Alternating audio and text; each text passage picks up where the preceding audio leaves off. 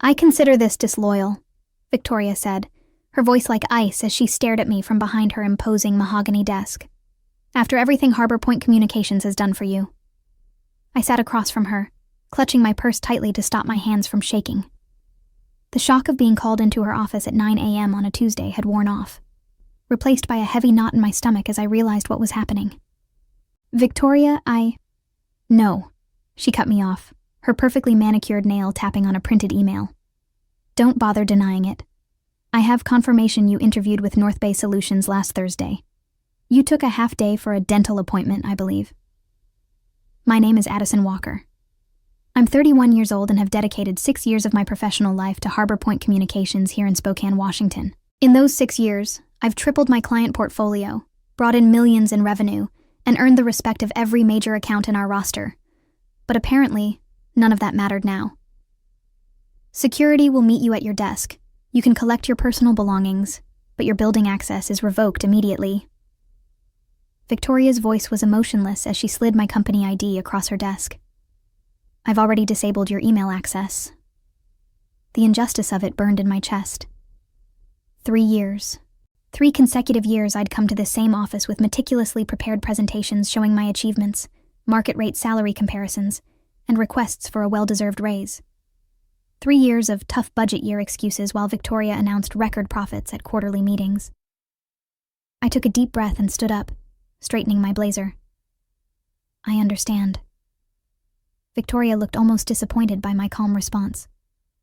Perhaps she'd expected tears or pleading. Instead, I extended my hand across the desk. I wish you and Harbor Point continued success, I said, my voice steady despite the emotional turmoil inside. She hesitated before briefly shaking my hand, confusion flickering across her face. As the security guard hovered awkwardly by my desk, while I packed my family photos and 6 years of desk plants into a cardboard box, I felt surprisingly calm. Colleagues shot concerned glances my way, but I smiled reassuringly at them. No drama, no scenes, just dignity. Walking out of those glass doors for the last time, the April sunshine warm on my face, I realized something important. Victoria thought she was punishing me. She couldn't have been more wrong. As I placed the box in my car trunk, my phone buzzed with a message from David Klein, CEO of North Bay Solutions. Can we move our final discussion to today, 2 p.m.? I smiled. Victoria had no idea what was coming. It's funny how 6 years of your life can fit into a single cardboard box. As I drove home from Harbor Point, the box secure in my trunk, I reflected on everything that had led to this moment. I joined the company fresh out of graduate school, eager and determined.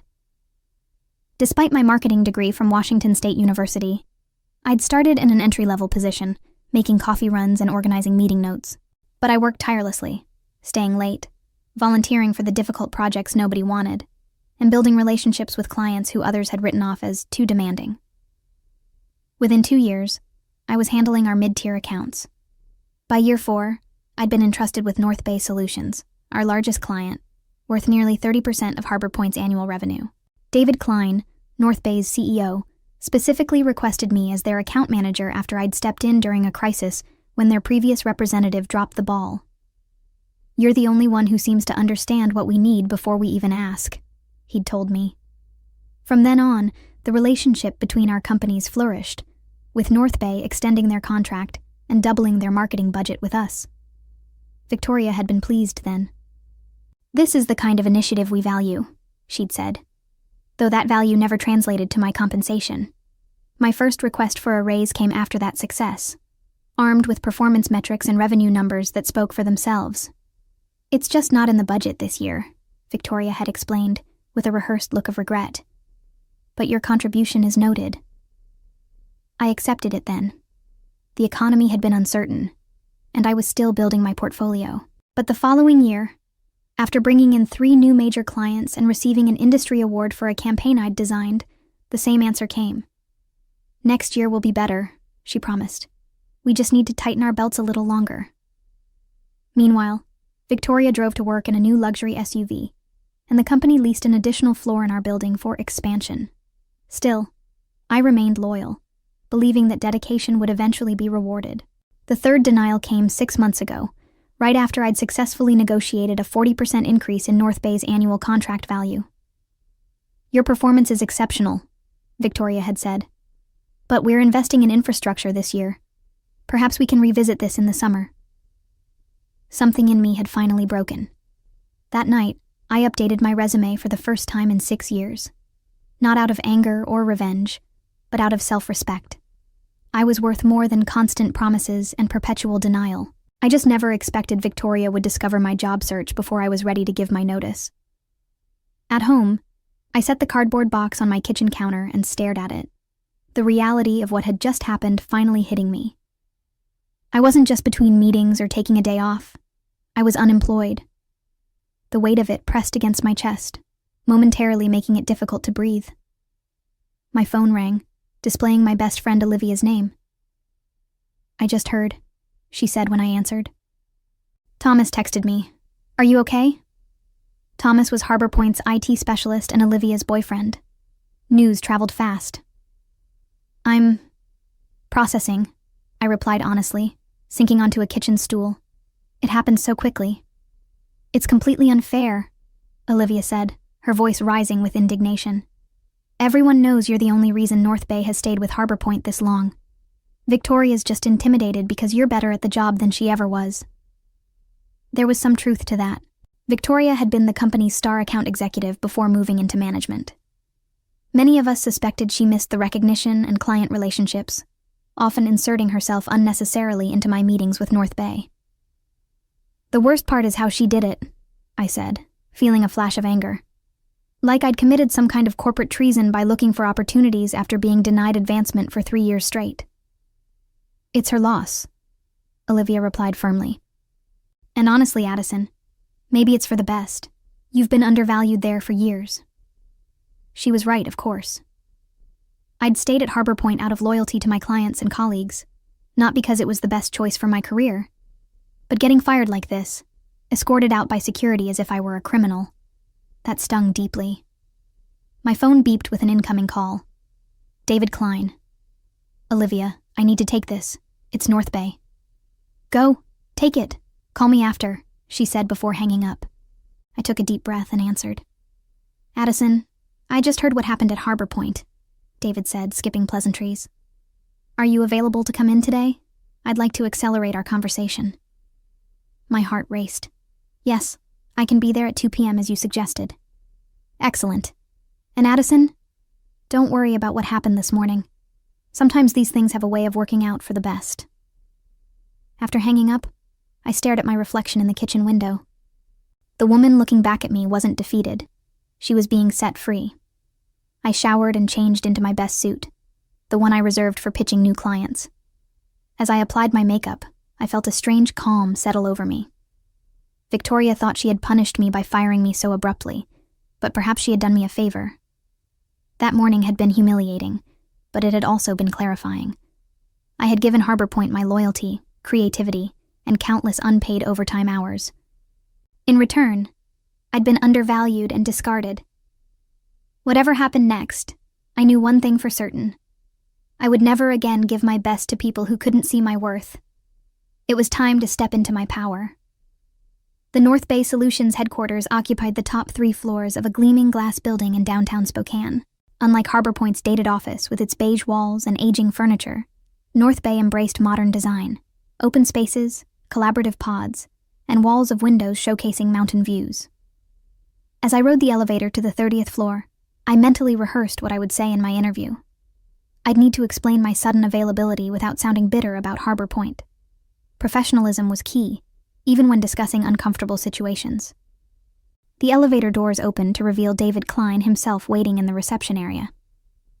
"Addison," he greeted me warmly, extending his hand. "Thank you for coming on such short notice." David was in his early 50s with salt and pepper hair and a reputation for being both brilliant and fair, qualities I'd come to appreciate during our 3 years of working together. "I appreciate the flexibility," I replied, shaking his hand firmly. "It's been an unexpected day." "Let's talk in my office," he said, leading me through the bustling workspace. Several North Bay employees I knew from our account work waved or nodded as we passed. David's corner office was modest compared to Victoria's showpiece, but infinitely more welcoming with comfortable seating arranged for conversation rather than intimidation. "Coffee?" he offered. "Please." Once we were settled with steaming mugs, David got straight to the point. "I received a call from Victoria Sanders this morning," he began. "She informed me that you would no longer be handling the North Bay account and that she would personally oversee our business until a replacement was assigned." I nodded, keeping my expression neutral despite the small flare of anger. Of course, Victoria would try to retain their biggest client herself. "What she doesn't know," David continued, "is that we were already concerned about our relationship with Harbor Point." This surprised me. Concerned? The latest campaign results exceeded projections by 23%. "The results were excellent," he agreed, "because of your work. But we've noticed changes at Harbor Point over the past year.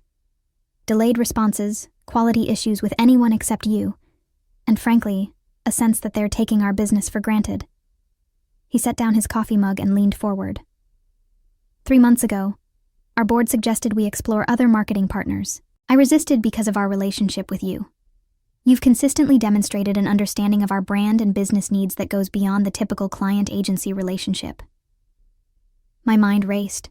Was he saying what I thought he was saying? "When you reached out about potential opportunities here," David continued, "it felt like perfect timing. But I need to be clear about something. We were never planning to poach you. We respect professional boundaries too much for that. We were prepared to wait until you gave proper notice at Harbor Point." "I was planning to give 2 weeks' notice," I said, feeling it was important he knew that. "Once I had a firm offer." David smiled. "I believe you. Your professionalism is one of the reasons we're having this conversation. Victoria's decision this morning simply accelerated our timeline." He opened a folder on his desk and slid a document across to me. "This isn't an interview, Addison. It's a job offer. Director of Client Strategy. You'd be building and leading a team to manage all our external marketing partnerships and agency relationships." I glanced down at the paper, and my breath caught when I saw the salary figure. It was nearly double what I'd been making at Harbor Point, more than I would have even asked for in my most recent denied raise request. "This is very generous," I managed. "It's market rate for someone with your experience and proven results," David corrected. "Sometimes it takes leaving a situation to realize what you're truly worth." The offer letter sat on my kitchen table that evening, signed and ready to be returned tomorrow. I'd asked David for the night to review everything, though we both knew my answer would be yes. Still, taking time to consider major decisions was a professional courtesy I extended even when the answer seemed obvious. My phone had been buzzing all afternoon with texts from former colleagues at Harbor Point. Word of my firing had spread quickly, followed by rumors about my meeting at North Bay. I'd responded to a few close coworkers but avoided getting drawn into office gossip. A text from Thomas came through. "Victoria called an emergency meeting after you left, told everyone you were terminated for breach of company loyalty, and that we should all remember that Harbor Point rewards loyalty above all." The irony wasn't lost on anybody. I shook my head. Victoria was trying to make an example of me, but from Thomas's message, it seemed her approach might be backfiring. Another text arrived, this one from Jessica, our receptionist. "She's been locked in her office making calls all afternoon. Looks stressed. Guess someone's worried about North Bay." I didn't respond. There was no satisfaction in Victoria's distress, only a renewed certainty that I'd made the right decision to look elsewhere. A company culture that valued loyalty but offered nothing in return wasn't one I wanted to be part of anymore. My phone rang, an unknown number. Curious, I answered. "Addison Walker?" A woman's voice asked. "Speaking. This is Elaine Winters. I'm on the board at Harbor Point Communications." My stomach tightened. Board members rarely involved themselves with employee matters. "I understand there was an incident today regarding your employment," she continued. "I'd like to meet with you tomorrow to discuss it. Victoria may have been hasty in her decision." So that was it.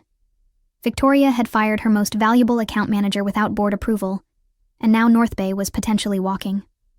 Damage control. "I appreciate the call, Ms. Winters, but I've already accepted another position," I said, keeping my tone respectful but firm. A pause. May I ask where? I don't think that would be appropriate to share at this time. Another, longer pause. Addison, if this is about compensation, I'm sure we can revisit those conversations. The board values your contribution to Harbor Point. The irony was almost painful. 3 years of documented rejected requests for appropriate compensation. And now, suddenly, the board valued my contribution. It's not just about compensation, I replied honestly. It's about respect and recognizing employee worth before they have one foot out the door. Perhaps we should discuss this in person, she pressed. Tomorrow morning? I thought about it. While I had no intention of returning to Harbor Point, there was something to be said for professional closure. I can meet at 9 a.m., I agreed. But to be clear, I've signed an employment contract elsewhere. I'm not coming to negotiate a return. Understood, Elaine said, though her tone suggested she didn't believe me. I'll see you tomorrow at our offices. After hanging up, I poured myself a glass of wine and stepped onto my apartment balcony.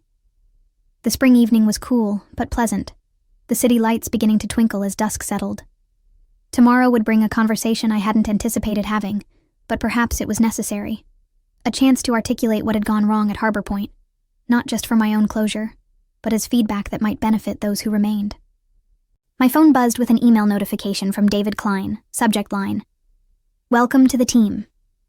Whatever happened tomorrow, I knew one thing for certain. I wasn't looking back. The Harbor Point reception area felt strange to enter as a visitor. Jessica's eyes widened when she saw me, her professional smile faltering. "Addison? You're here for the meeting with Ms. Winters?" "That's right," I confirmed, signing the visitor log. Another surreal moment. "I'll let her know you've arrived," Jessica said, then lowered her voice. "For what it's worth, everyone's talking about how wrong this was. You were the best of us." Her words warmed me. "Thank you, Jessica." The elevator ride to the conference room gave me a moment to center myself.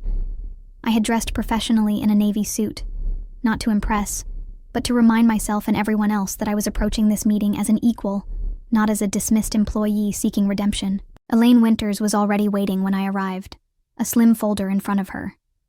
In her 60s with silver hair cut in a precise bob, she had the poised confidence of someone used to making million-dollar decisions before breakfast.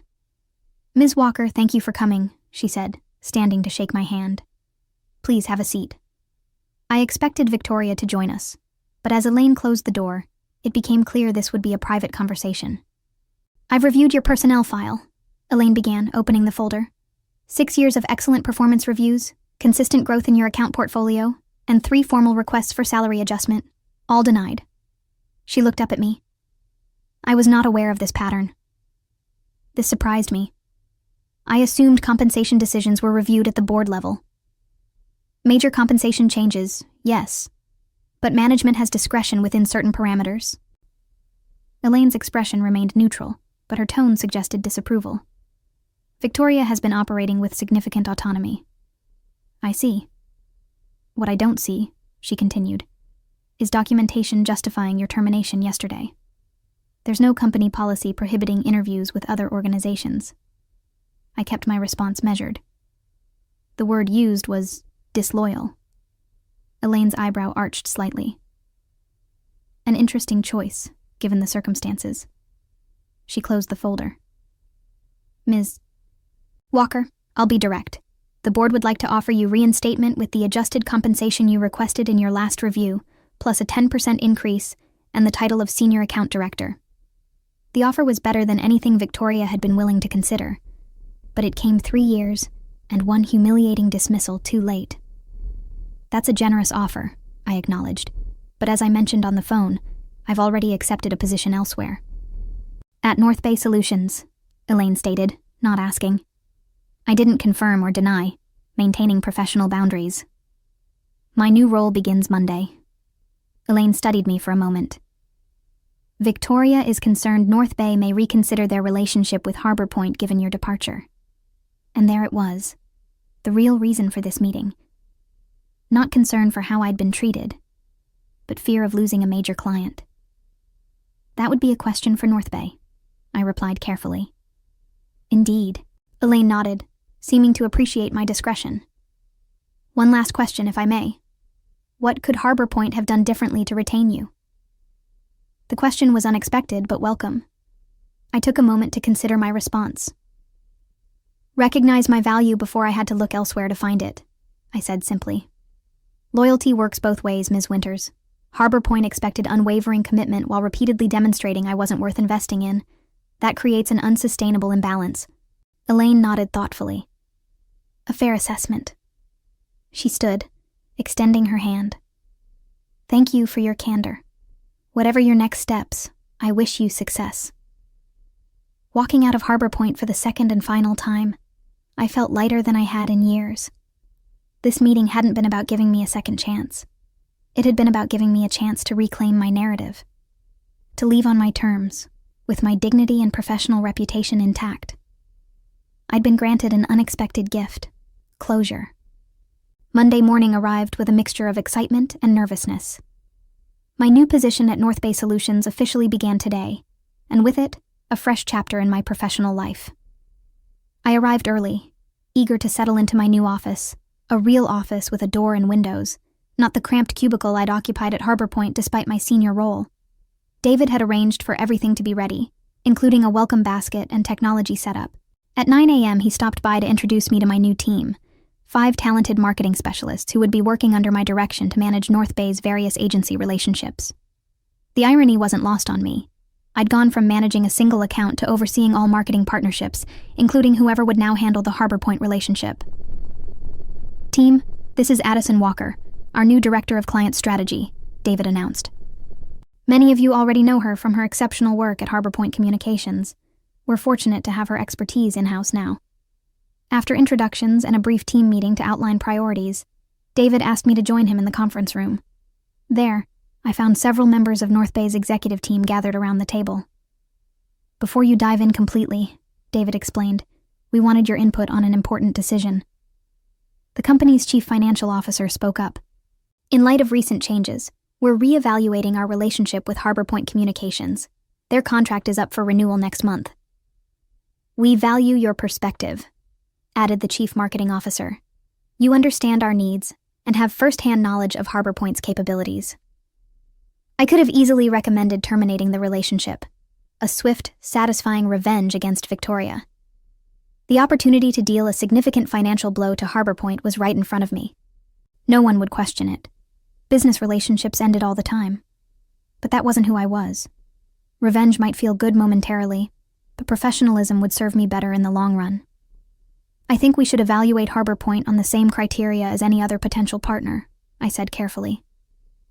Their work has been strong, but consistency and account management will be critical factors to consider moving forward. The email was sent at 11 a.m. on Wednesday, precisely 1 week after Victoria had fired me from Harbor Point. I hadn't orchestrated the timing. It was simply when North Bay's executive team finalized their decision after reviewing proposals from 3 competing agencies. David had given me the courtesy of seeing the email before it went out, though I had recused myself from the final decision to avoid any appearance of bias or impropriety. The message was professional and direct. After careful consideration of our marketing needs moving forward, North Bay Solutions has decided to transition our account to Meridian Creative, effective immediately. This decision reflects our evolving brand strategy and digital requirements.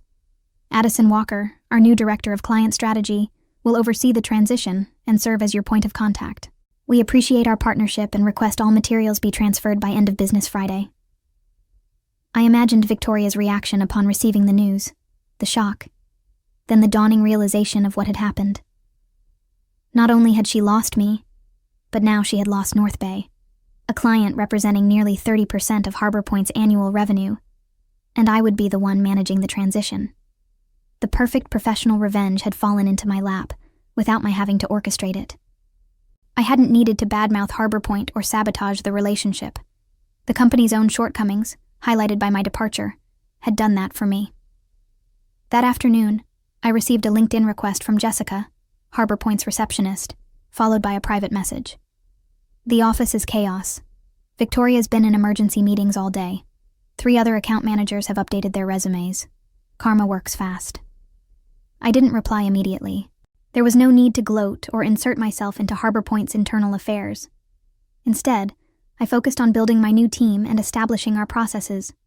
Success, after all, was the best revenge. Later, however, I did accept Jessica's connection request with a simple message. Thank you for your kindness during my time at Harbor Point. Wishing you all the best. Taking the high road felt surprisingly good. My new position at North Bay brought challenges and opportunities I would never have experienced had I remained at Harbor Point, waiting for recognition that might never come. Sometimes, the best revenge isn't something you actively pursue. It's the natural consequence of valuing yourself when others don't. Looking back on that journey a year later, I realized that Victoria had inadvertently given me a precious gift, the push I needed to find my true worth. In seeking revenge, I found something far more valuable: self-respect and the courage to claim the success I deserved.